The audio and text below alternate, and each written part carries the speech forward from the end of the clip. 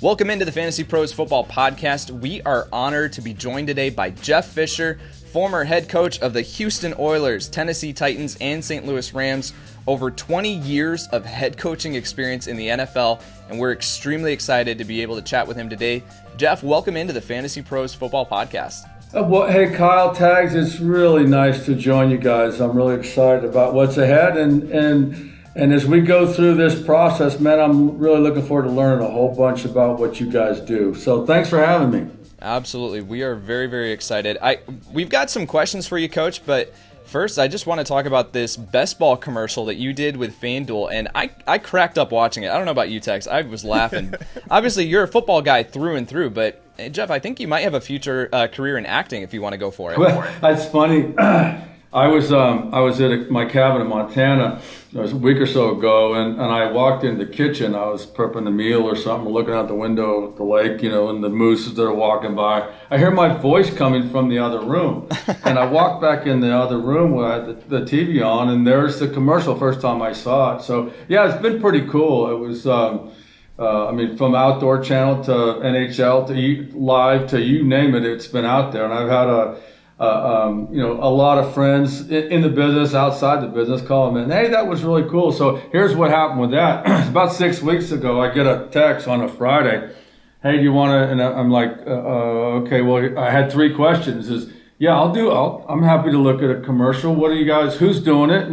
And where is it? And is it safe? And how much do they pay? And so.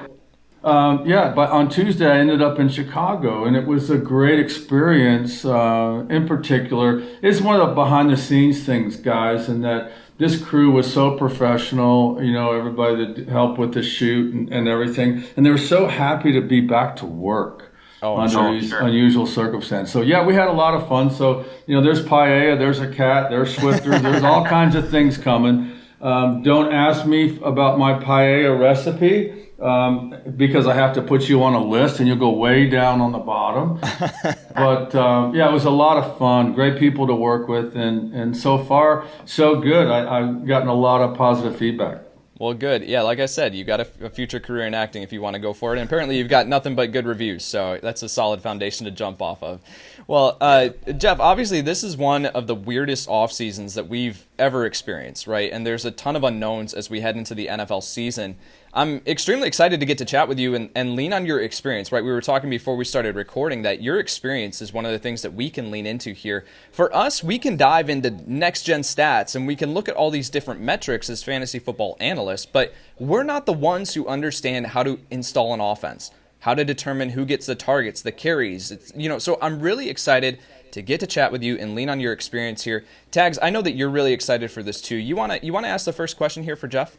Yeah, absolutely. Jeff, thanks for joining us again. We definitely appreciate it. And, getting to go inside your head as a former head coach, we could obviously, I can benefit from this as an analyst, and I know that our listeners are going to benefit from the questions that we've come up with for today. And the first one I think that a lot of people have is, these players with the new teams. They're obviously moving, like Brandon Cooks has gone from team to team to team to team. And this offseason more than ever, how difficult is it for a player to come into a new situation and make an impact in year one? And does this offseason affect their ability to make that difference that they typically would? 30 seconds ago, you guys talked about the difficulty and the unknowns that exist as you move into a new season. Under normal circumstances, there's a lot of unknowns. And you're going to wait for a preseason game or 2 or 3, or maybe the 4th preseason game to see whether or not this Brandon Cooks, if you will, for example, is fitting into that offense. So under normal circumstances, there are unknowns. Under these circumstances, there's a lot of stuff out there that even between now and the start of the season that's going to take place. It's just all about uncertainty. So there's nothing, this is different. I coached 2 franchises in 5 different cities in 6 different stadiums, moved 2 franchises. So I know a little bit about distractions. Yeah. This is the biggest distraction in NFL history. And I don't mean to downplay the significance or the importance of COVID, but it is, as it relates to sports, it is a huge game changer. So with that in mind, I think if we understand that, at least we'll have a better idea of maybe how even will that dovetails even to how we build our roster or who we stay away from because of the unknowns. And so yeah, so to your question, Brandon Cooks, that type of player that's moved around, changed rosters. Keep this in mind under normal circumstances. You have an off-season program that starts after free agency starts, but for all intents and purposes, that player that changes address, he's already signed the deal. He's already well before the off-season program starts. He gets into the building in the middle of April, and he has April, May, and half of June in which he's learned the system twice. And then he comes back to training camp and he learns the system for the third time via installation. And you have three different opportunities to install an offense. So, those are normal circumstances. These circumstances are different. I mean, when these players were getting signed, when players are moving around, changing address, the unrestricted free agents, and those players that maybe a favorite player of yours, and you're saying, okay, what's he going to do? I wonder how he's going to do this. There was no criteria factor with respect to how the player learns on Zoom. Right. Players learn on the field, they learn on the board, they learn in the classroom, but we don't know, so there's a lot of unknowns. So from a general standpoint, you have to take each position like you did in the past, and if you guys can statistically go back and look and see how productive running backs were when they changed addresses in the next year with a new team. If they're productive, then they got a chance to be productive. So, but keep in mind that same running back, he's not had any live carries, and that ball may come out, in the opener on the first series. So many different factors. So, with that as kind of a general statement that there's just a lot of unknown. And so with that being said, we can kind of dive into different positions if you want to. Yeah, no, it really, for me, it comes down to, like, I would think that the running back position would probably be one of the easier ones to walk into, obviously, but when it comes to quarterbacks, wide receivers, tight ends especially, everyone knows that there's a learning curve for tight ends, and that's why you typically don't see them break out until year 3, year 4 of their career, whereas wide receivers is that, the connection to those guys, like Phillip Rivers transitioning over to Indianapolis, Tom Brady going over to Tampa Bay.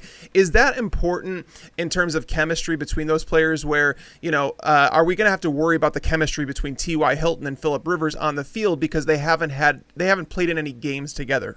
No, you're not. They've had practice time, but here's the difference between Phillip and T.Y. and maybe somebody else in a new receiver is that the relationship, Phillip's relationship with Coach Frank, with Reich.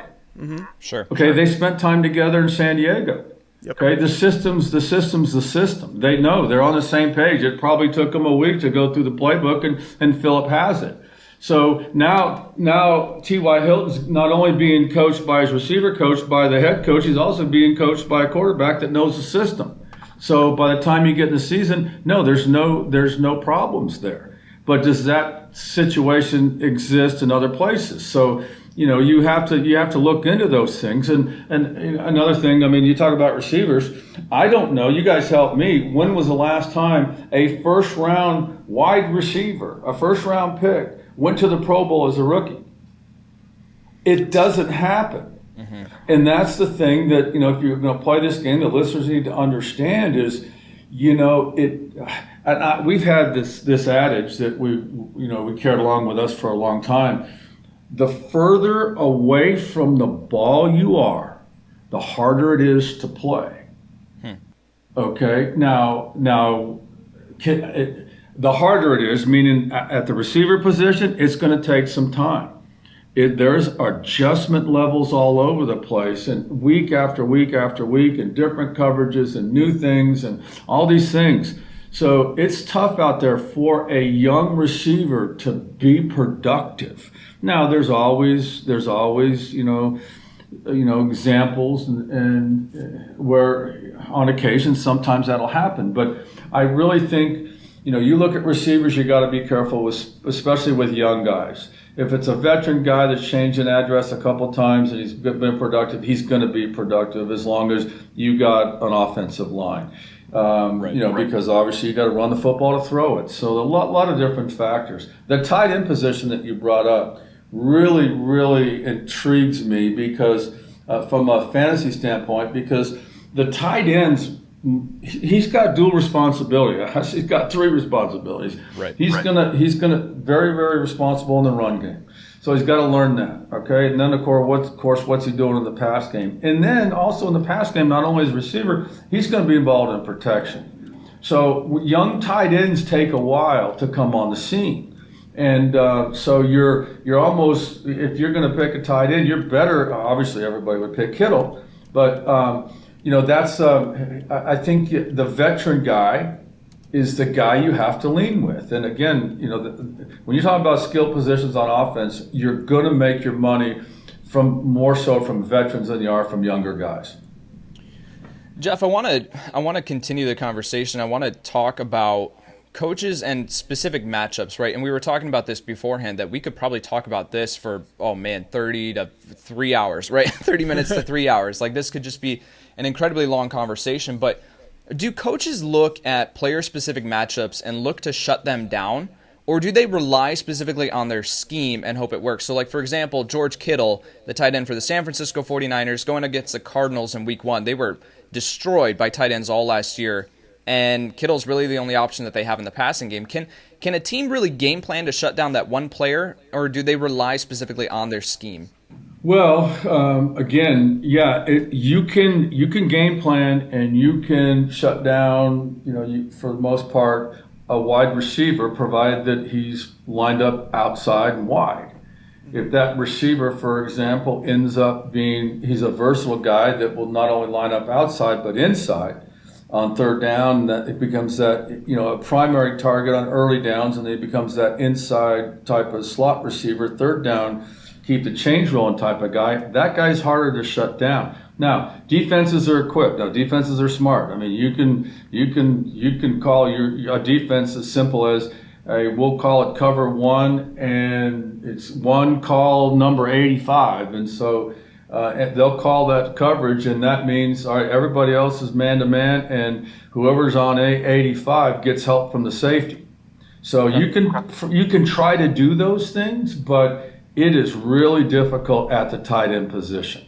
Much easier outside than it is at the tight end position. He's going to play left and right. He's going to move. He's going to go in motion. He's going to line up in the backfield, and that's primarily the reason you see guys move around like that, is to create matchups or avoid matchups. So the tight end position is a hard one to stop in the passing game, okay? Because you got run, action, pass, you got drop back, you got third down. So it's difficult. So I don't know if I answered that question. Can the Arizona Cardinals? Yeah, with a whole offseason, if they think they have a foolproof plan to stop Kittle in the opener, I think they could affect it. But guess what? Give the 49ers credit. They're going to go someplace else. They know where the weakness in the defense is. So, I remember you all know Tony Gonzalez and what he did to defenses for his great career.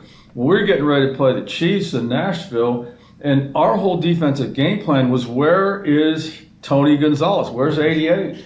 And we got to do this. And we didn't sleep during the week. For some reason, their offensive game plan was so concerned about our pressures that they kept Tony in the block the whole game. Huh. So this thing's about adjusting and things. But to get back to the earlier question, it's going to be difficult to stop a player like George. It just is hard. And if you're tying coverage to Kittle, well, you're going to have to make some amazing adjustments in the run front. So, different things happen. So, one thing affects the other. There's a cause and effect to everything you do on the field with respect to try to create matchups. Yeah, no, I love the way you answered that. And that was always my concern with tight ends is people are like, hey, are you worried about Kittle this year? Because 49ers, they just don't have a whole lot of options at wide receiver. And the ones that they do have, they're starting to go down with injuries. And my response was always, I think it's harder to shut down a tight end than it is a wide receiver because those guys are kept in a block, roughly half the time. And Kittle is one of the best blocking tight ends in the game. So I definitely like that answer.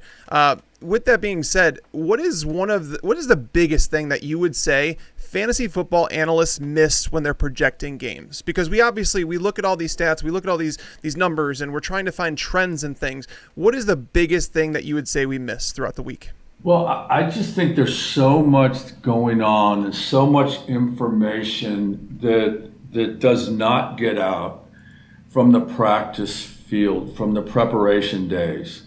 You've got two teams that are preparing for one another. So you got if you got a player on one club and you're looking at it and you're trying to find out all the little things that are going on during the week, there's things going on with the other team as well. So there's just so much information. You don't have access to the stuff that goes on the practice field. Well, how many reps did he get? Is he healthy? What kind of week did the quarterback have? What was the weather factors? Did they get to full speed practice? Is it a short week? Is it a long week?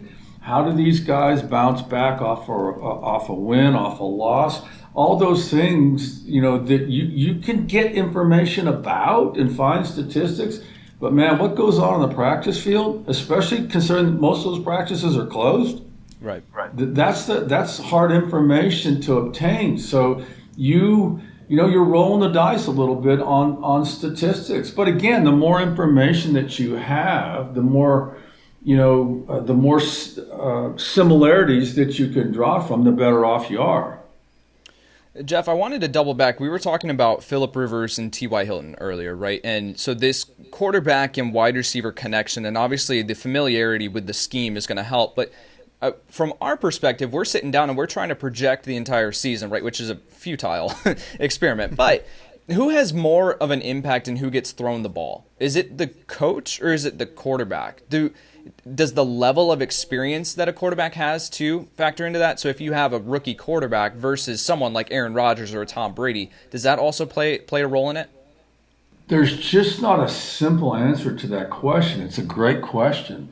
We'll go back to Phillip and T.Y. Right now, T.Y.'s sitting in the receiver room, and he's the leader of those receivers. Mm-hmm. Okay, he's been there, done that. He and Phillip are best friends already. I guarantee it. They're working together. They're doing so. Okay, so now Phillip and T.Y. aren't now Phillip. I guess it's a different set of circumstances, but most quarterbacks are not involved in the actual game plan and stuff. Young quarterbacks, coaches do the game plan, create the matchups, and put the routes in, change the routes based on what they did last week, or complement them to the running game, etc. Okay, but you've got in this situation, you've got a veteran receiver, a veteran quarterback. And they know that in a lot of these circumstances that he's the guy that the opponent's going to try to stop. So what are they doing? They're going to they may use him in motion or line him up here to create a mismatch in their favor with another offensive skill player. So, but to get to your point, the ball's coming out of the quarterback's hands. The veteran quarterbacks are making their read. They're going through their progression. Once the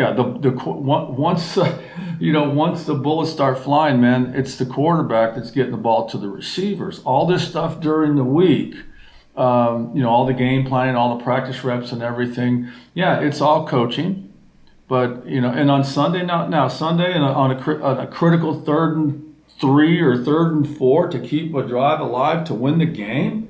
A must-stop 3rd down, they got their go-to call. And odds are pretty good that Phillip's going to look for T.Y.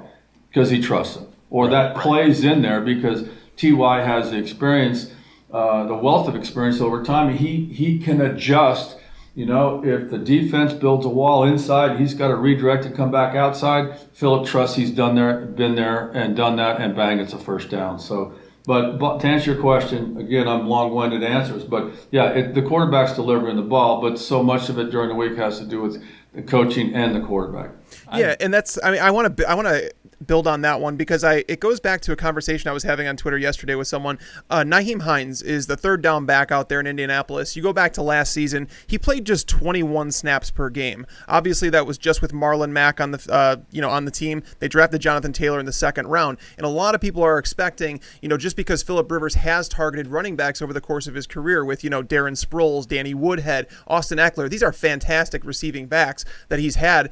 So we're trying to project, does that happen with Nyheim Hines just because Phillip Rivers is who he is, or is it a matter of the talent that he had on the roster? Well, the answer to that question is, under normal circumstances, you would get a sense, maybe in the preseason, as to how many third down snaps or 2-minute snaps he's going to get. Because your 2-minute snaps and your third down snaps are basically the same at the running back position. Right. Okay, they're the same responsibilities. You got protection. You're either hot, you're not, or the ball's designed, the route or the play is designed to get the ball to create the mismatch. So we don't have a preseason to see that. So if you go back to last season, how many of those snaps were third down snaps? If he's a backup coming off the bench. On first and second down, but he's off the field on third down. Now, doesn't mean to say things won't change over an offseason with a new quarterback, but it's taken this running back time to understand the concepts, and it's not an easy concept. I mean, people think, your running back comes in, all you do is have someone either hand off the brown thing to you or throw it to you, and you go. But no, it's not that easy. It takes backs time. Now, on first and second down, you're running the ball downhill, or you're involved in play action, and you need to get to where the spot you need to get to on the field in the play action pass concept. That's one thing, but boy, when you have to scan and you're responsible for one of those backers and they change numbers, or DB fills in that position, or line stems, or people moving around and stuff, you need to know who you got in protection. Because if you make a mistake, the quarterback gets hit, you got problems. So, it's that, again, we don't have the reps, the snaps, because we don't have a preseason. So go back and see. If the kid was on the field on third down last year, then odds are he's probably got a pretty good understanding of the offense, which means he's got a football brain. He can learn stuff quick, and he should be on the field on third down this year. I love that insight. Yeah, no, absolutely. All right, so I want to close it out with this question, and this one is so important to me as someone that goes through every single game, every week, talks about every player, and I find it's easy to see the weaknesses on teams. Like for instance, I'm going through the week 1 matchups right now. Carolina last year allowed running backs 5.32 yards per carry. They allowed a rushing touchdown every 14 carries. Like there was nobody even close to in the league that was as bad as them against the run. Do NFL coaches sometimes overlook these things, or it's the idea of the art of war, where you go in and you attack the biggest weakness on that team?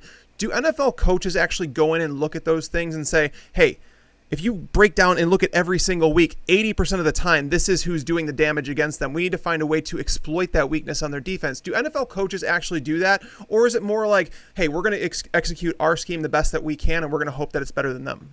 Well, combination. You just answered the question. I mean, first off, do we have a new defensive coordinator in Carolina? Yes. Okay. You got a new head coach, new offensive coordinator. Similar, but new head coach, new defensive coordinator.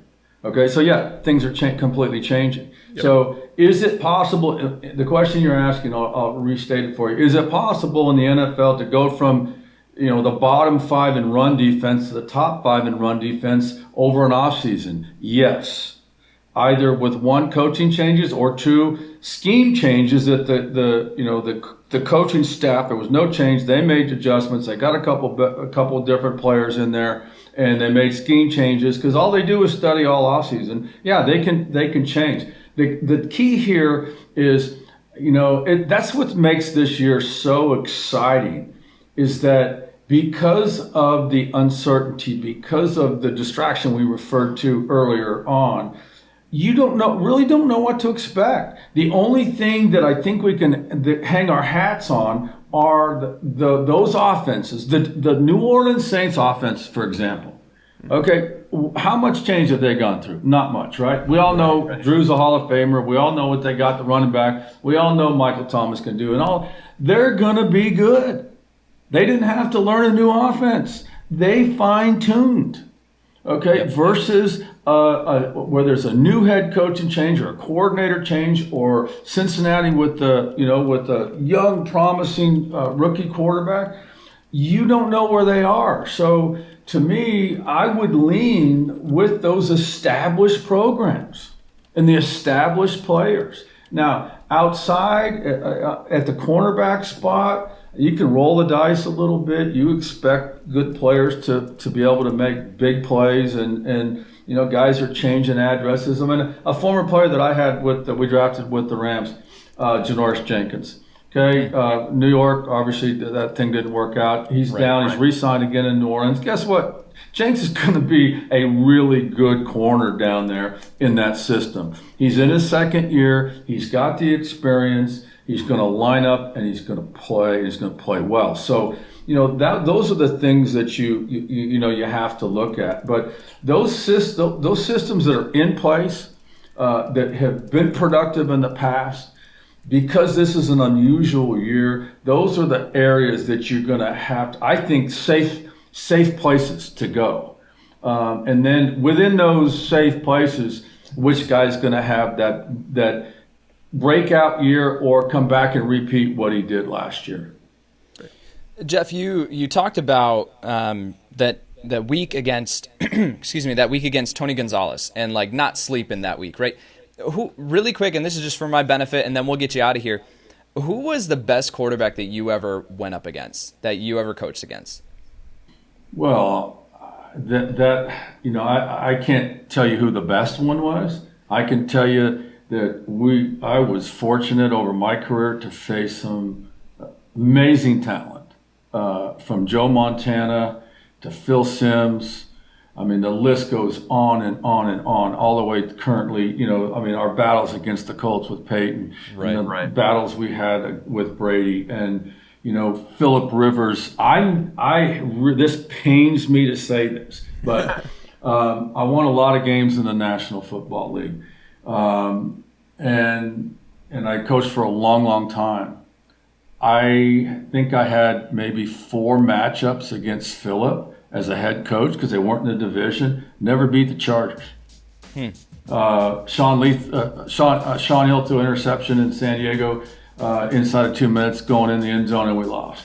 We had a controversial play at the end in Nashville against the Chargers, and we lost. I couldn't beat Phillip. But so I have a great deal of respect for Phillip, personally, professionally. But I'd have to say, because of my own personal experiences, the matchups with Peyton twice a year were phenomenal.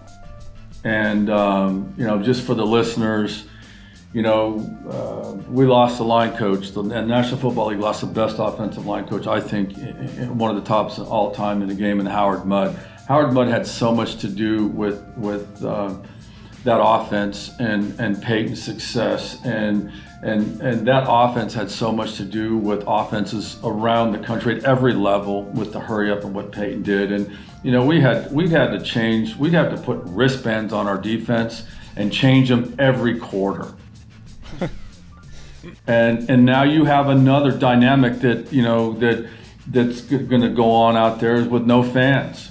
And I don't know if you guys have heard quarterbacks talk about it, but quarterback gets up and they got code names for East, West. East is left, West is right. That makes sense, okay? They have code names for left and right, and they may have 1, may have 2. They're going to have 5 or 6 now because the defense is smart. They're going to hear what you're talking about. The defense can actually hear them this time, right? I'm sorry. So it's a different world right now, and so it's really interesting. It's going to be interesting to see how this thing goes down. But when the dust all clears and settles, okay, if you have an experienced, talented, returning offensive line, and you got a quarterback under center that's been there and done that, you got a chance to win games early. Yeah. More so than anybody else. Yeah, this was awesome. Jeff, thank you so much for just sharing your experience and answering our questions. We really, really appreciate it. Don't forget to head over, guys, those who are listening, don't forget to head over to YouTube and check out his FanDuel commercial. It is fantastic. So, Jeff, thanks so much for taking some time out and chatting with us. Always a pleasure. Let's talk again soon. We need to regroup after week 3 or 4. See if anything we said today was accurate. I'm down to do it. I agree. Anytime, Jeff. Okay, see you guys. Thank you very much. Absolutely. For Jeff Fisher and Mike Tagliere, I'm Kyle Yates, and we'll see you next time. Thank you for tuning into the Fantasy Pros YouTube channel. Don't forget to tell us what you think in the comments section below. And while you're there, don't forget to hit the like and subscribe buttons so you can stay up to date on all of our future content.